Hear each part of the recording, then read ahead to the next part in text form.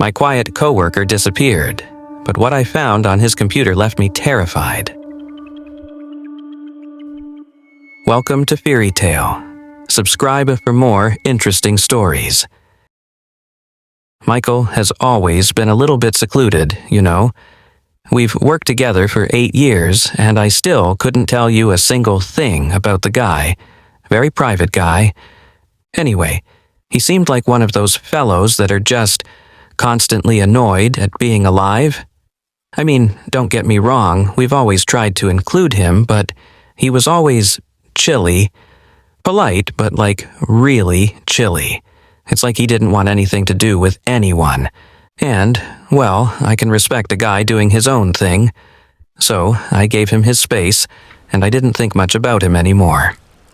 Anyway, yesterday I came back from my annual leave. HR calls me over immediately, and they proceed to inform me that Michael quietly stopped showing up last week. They decided to terminate his contract after he didn't respond to their calls. Well, being the tech guy, they need me to retrieve all company data from his computer. No big deal, but a bit weird. We've worked together for so long, he could have at least left a goodbye email or something, no? I wanted to message him and wish him good luck on his future endeavors and whatnot, but I remembered I never got his phone number. Well, the next part is the reason I'm posting on this community. I'm hoping someone could help me make sense of this. As I logged into his computer, the first thing I see is a notepad file ominously named pleasehelpme.txt. Well, I'm a curious fellow, so I naturally click on the file to see if it is company related. I wish I had just ignored it. You know what's the most disturbing part? Even if a very, very small part of me believes him, how the hell did he even write this in the first place? I can't make sense of it. Anyway, this is what was written on the document. I would really appreciate some guidance on what to do. I haven't shown this to anybody yet. You know nobody is coming to rescue you, right? I look up from my computer screen, slightly startled. What the... Excuse me? I responded sharply. Mind if I have a seat? A large man was towering over me, clad in black, late 30s, a bit rough-looking. He had coal black eyes, a crooked nose along with a huge scar on his forehead. Does this guy even work here? Should I be calling security? Listen, man, I'm on my lunch break. Can you come back in an hour? I responded, while looking around for help. Tough luck, though, everyone was having lunch outside. If I were more sociable, I wouldn't be in this situation, would I? Sensing my nervousness, the man chuckled lightly and took a seat a bit further from me. That's a nice hamburger, bro. Yeah, thanks. Listen, didn't you have the same hamburger yesterday? Huh? Do you order the same thing every day, bro? That stuff will kill you, you know. I was starting to be overcome with a strange sense of dread. I could feel my hands shaking slightly under my desk. All right. Listen, this is getting creepy. Could you leave me alone? I say as I take my phone, hoping he wouldn't notice my hands. You know this is no way to live, right? I'm just giving you some tough love here, man, but you stink. You look like you've been just recovered from an underground cult after 19 years of forced coal mining. Wait, what? But I use deodorant every day. And what's with the weirdly specific analogy anyway? Who the hell are you? He sighed. When was the last time you've showered Michael? And that beard, man, if I didn't know any better, I would have mistaken you for a biologist experimenting on mold growth. Enough.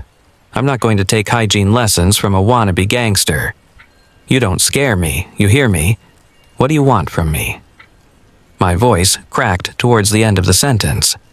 Even though I didn't feel threatened, my whole body was shaking, as if it sensed something was terribly wrong.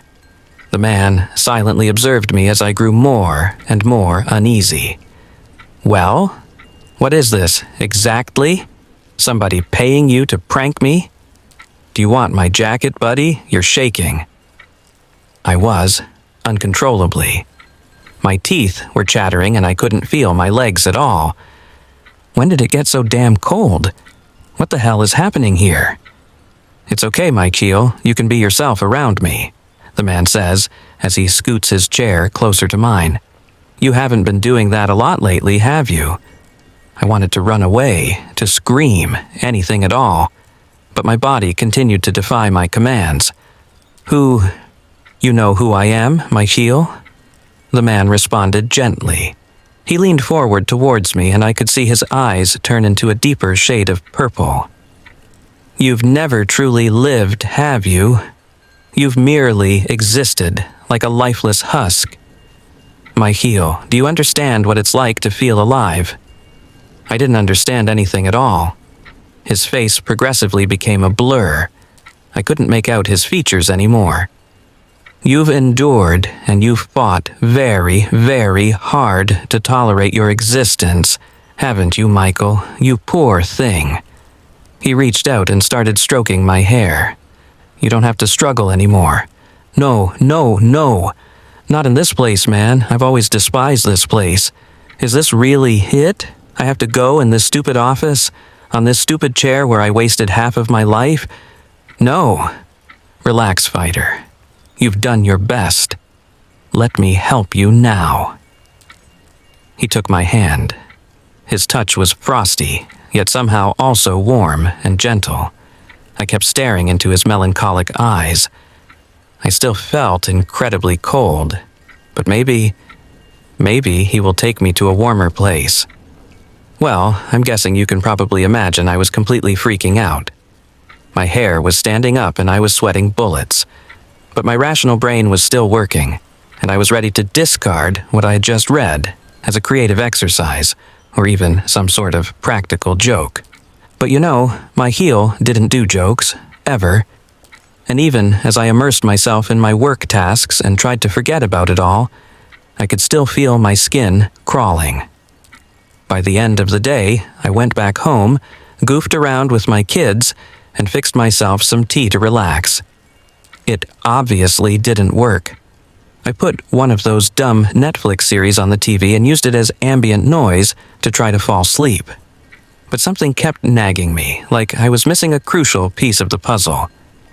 And this morning, with the help of a strong coffee, I just figured out what it was. We had cameras in the office, so you betcha I sprinted down immediately to security and requested to see logs and video footage for the past week. It was a weird request, but Sally, the chief of security, is a buddy of mine. He shrugged and allowed me in. He briefly showed me how to navigate the system, then stepped out of the security booth. Knock yourself out, I'm going for my smoke break. And so I did. I knew Michael stopped showing up on Tuesday after lunch, so I started there. I could see Michael eating something behind his desk. I checked the logs. No external visitors were recorded that day, nothing unusual so far. I let out a sigh of relief, and just then, a guy I had never seen before appeared on the footage, casually strolling past the empty cubicles. The man had his back to the camera, so I couldn't make out his face. He was huddled in a black jacket, had his hands on his pockets, and was heading towards Michael's desk. I instantly shivered. As if on cue, the man turned around and stared at me through the surveillance camera lens. He had a huge scar on his forehead. He grinned at me, then the footage faded to black. I'm writing this from the office bathroom. I'm a grown man, and yet I'm too terrified to step out of here. Is that thing going to come after me next? Guys, what am I supposed to do?